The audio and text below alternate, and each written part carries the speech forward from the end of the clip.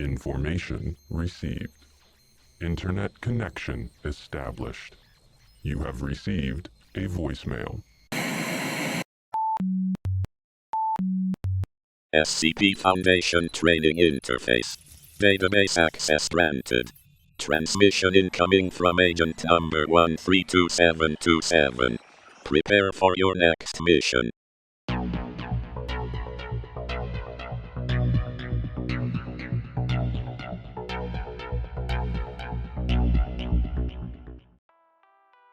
Mobile Task Force Kappa 42. Angel reporting in. Item SCP-2453. Object Class: Euclid. Special Containment Procedures. Recovered SCP-2453 instances are currently stored in a standard containment locker at Site-85. Access to instances of SCP-2453 in containment require Level 3 authorization. Recall notices for Joyful Smile brand pregnancy tests consistent with SCP-2453's appearance have been posted to stores carrying instances of 2453. Monitoring software has been installed on these stores' point-of-sale systems. All automated alerts triggered are to be immediately investigated and any discovered instances of SCP-2453 seized for containment. Foundation agents assigned to SCP-2453 are to routinely investigate stores in the area surrounding the given location for additional manifestations of SCP-2453. Said agents may be sent out for further reconnaissance should the Foundation be made aware of unusual changes in birth rates in cities where home pregnancy tests are readily available and consumed. Children born as a result of SCP-2453's effects are to be administered a subdermal tracking chip, ideally at 12 months of age. Said children are to be interviewed annually during standard pediatrician checkups to monitor for any further anomaly. Foundation-affiliated hospital personnel are to carry out these tasks and provide primary medical care at no additional cost to these children's parents, citing healthcare benefits provided by a Foundation-front philanthropic society. Experimental testing of SCP-2453 is currently suspended as per Ethics Committee consensus.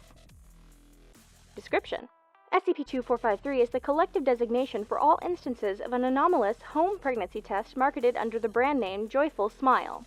Instances of SCP-2453 are visually identical to similar non-anomalous home pregnancy test strips. SCP-2453's anomalous properties manifest when a human female urinates on the test strip. After a period of 3 to 5 minutes, the results window will display a single line, indicating a negative or not pregnant result, or double lines, indicating a positive or pregnant result. Experimentation has revealed that the results provided by SCP-2453 are independent of the female's pregnancy status prior to using the test.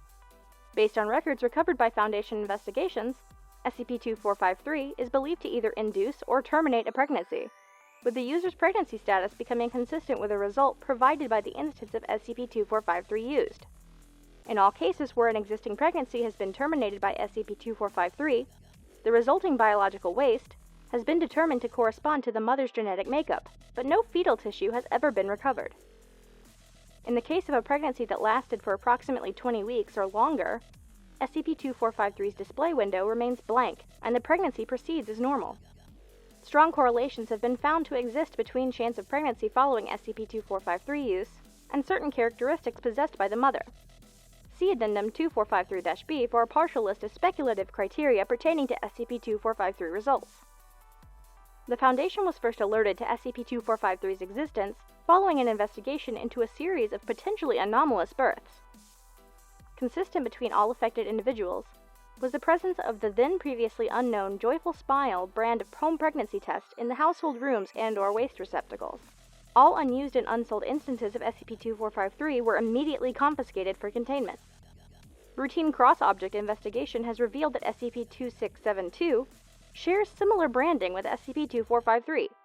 However, the earliest instances of SCP-2672 predate those of SCP-2453 by approximately 10 years. As with SCP-2672, there was no record of how SCP-2453 instances were delivered to stores or how the product was entered into each store's inventory system.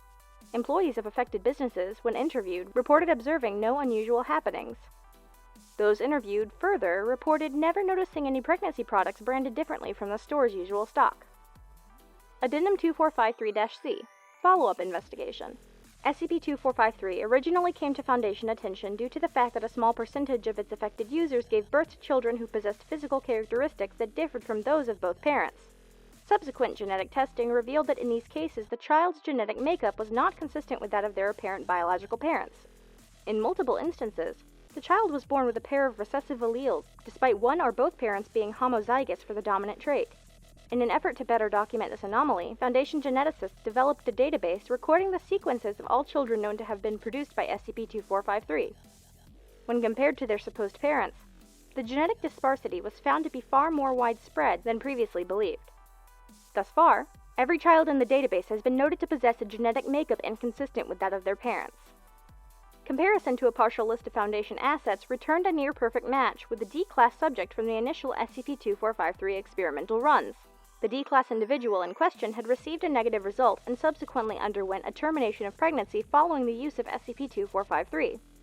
A 9-year time difference was noted between this SCP-2453 test date and the birth of the corresponding child. A more rigorous follow-up search revealed that 98% of the children in the database had a genetic makeup consistent with an SCP-2453 user who had received a negative result. Furthermore, of the recorded SCP-2453 assisted births, all children born possessed no congenital disorders and were noted to be exceptionally healthy during early infancy. Alright, it's times like these that I'm pretty glad that they scooped out all my guts and replaced them with, robot stuff, because I'm pretty glad that I don't have to worry about this. Stay safe, stay alert, and hopefully you don't need a pregnancy test anytime soon.